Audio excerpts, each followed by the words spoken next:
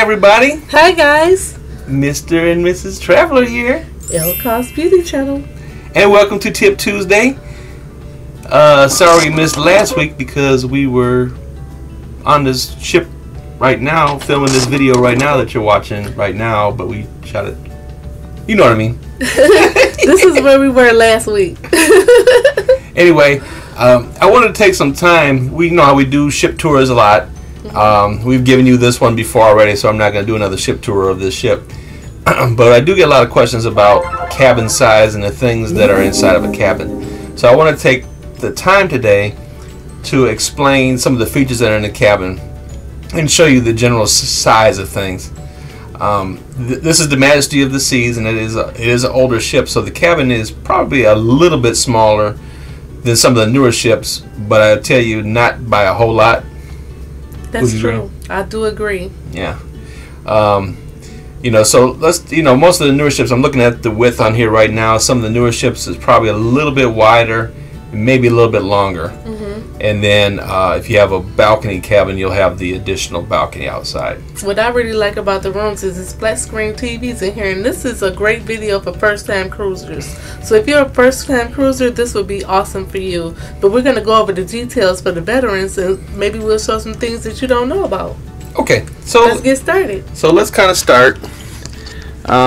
This is an Oceanview room. This particular room has a porthole on here. You could have a porthole, you could have a window the whole size of that cut out. It just depends. Some of the newer ships even have like floor-to-ceiling windows, very fancy.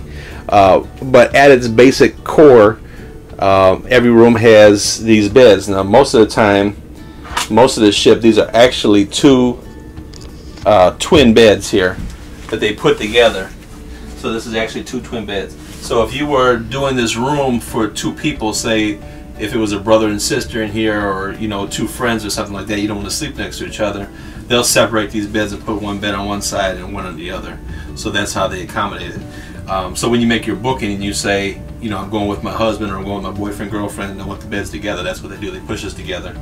And so it forms probably what would be considered a queen size bed, I would say. As you can see, this is an older ship, and so if you look around the bed, you'll notice that there are absolutely no outlets anywhere. So if you think you're going to sit here and charge your phone while you're sitting in the bed, not going to work. So that's why I was telling you about the surge, not the surge protectors, but the power strips. No surge protectors. And they're even starting to crack down on the power strips now too, I've heard. So it just kind of is the nature of the beast. We still try to bring our power strip with us, and 9 times out of 10 we don't have a problem. We did have an issue last time we went through security, and I had to stand up for myself. I'm like, no, this is a power strip, not surge protector, and they let us bring it on. So anyway, this is your basic setup. There's storage, usually storage on either side of the bed. This one has storage underneath here and in here also. When our suitcases come, if you look here, this is actually big enough underneath here to store 3 or 4 suitcases, depending on how big your suitcases is. But a standard suitcase will fit under here. I usually shove it in here from the side, so you don't have to worry about it too much. You can, like I said, get about 3 or 4 good-sized suitcases in there. And then all of the cabins on newer, older ships all have like this vanity area pretty much. And there's additional storage areas in here. There's always like reading material and things like that in there. It's probably over here. Yes. Most of the cabins do come with hair dryers in here already, so you don't have to worry about that. And they have like more storage in these little cubby holes here. So once our luggage comes, we'll put our toiletries and things like that in there. Water that were delivered to us on here, I guess for being loyal to Royal Caribbean. It's a little bit of a smaller TV for this ship, but like I said, again, this is an older ship, so it is a flat screen TV. But you're not really here to watch TV or anything, right? But it's nice to have. Like we were on some of the newer ships, they had bigger TVs, bigger flat screen TVs, and pretty good programming and everything. So most of the ships have the flat screens now. There still are a few out there with the old square ones, but not too many. For the record, this particular cabin is about 145 square feet or so. So I would say that the cabins, even on the newer ships, unless you're getting into like a mini suite or a junior suite or a suite, those are of course going to be much bigger. But most of your staterooms, whether it's interior, ocean view, or balcony, are going to be about the same size. You know, you might get up to like 160 square feet on some of the newer ones. But generally, it's not going to be much bigger than this right here. But it's comfortable.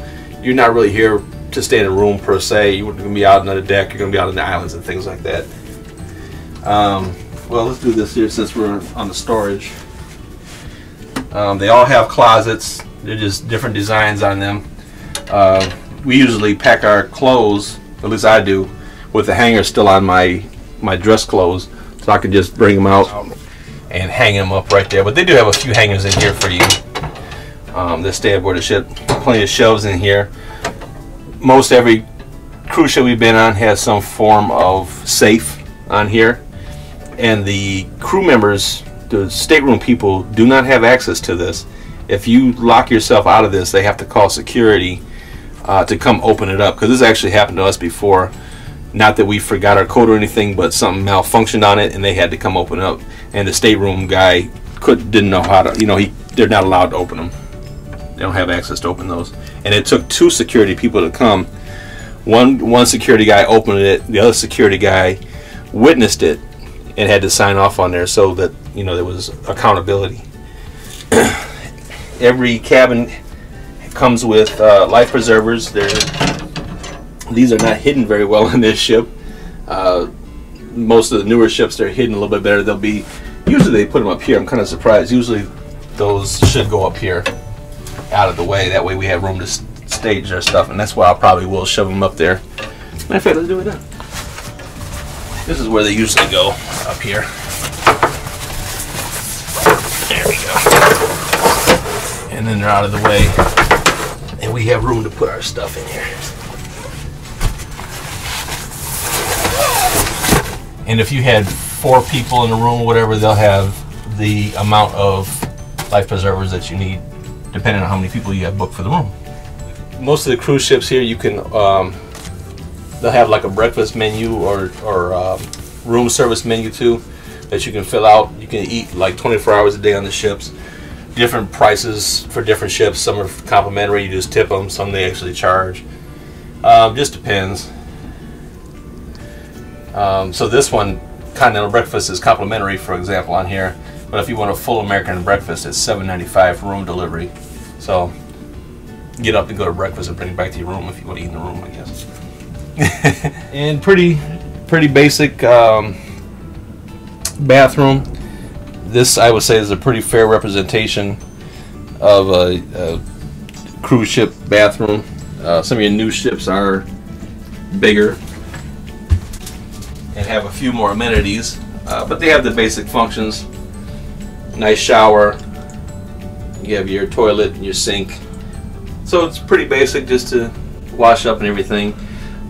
Some of the ships do have tubs, and if you upgrade to suites on many of the ships, they have tubs.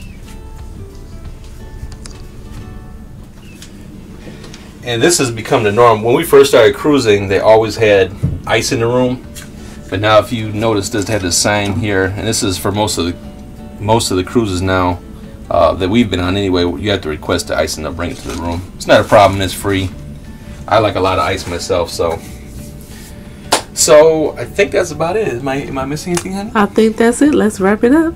Yep. So that's about it. So I hope this gives you a good idea of what an average cruise ship room looks like, from, you know, this side of the room to back where Mrs. Traveler is standing is maybe about 18 feet or so. And then I'd say, you know, it's maybe, I don't know, about 10 feet. I would agree. Or so width, somewhere around there. Don't quote me on that, because I know I said 145 square feet, but it's somewhere in there. You get the general idea. It's not really big, but it's not, you know, super small either. It's comfortable and cozy. It's good to get a good night's sleep, get your rest, and then get up and go have fun. Yep. All right, guys. Thank you for watching. Life short. Have fun. Bye, guys. Bye. Overpacked again. This is ridiculous for 4 days trip. This is ridiculous for 4 days trip. I didn't see this suitcase where I would have got her.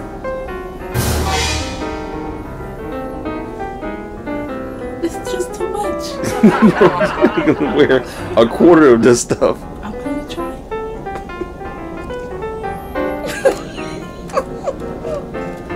So we have a dilemma. When we showed the room, it was a TV room. Now, Mr. Traveler is going to inform you how to fix the TV. Let's turn the lights on so we can see a little better. Yes. Let's get some light in here. Step one, don't smack the TV when it's got bad reception. So what happened to the TV, Mr. Traveler? Not quite sure. I'm gonna fix it. Don't bite it. What do you have to say for yourself? What do you have to say for yourself, Mr. Traveler? They need a better TV in here. Doggone it.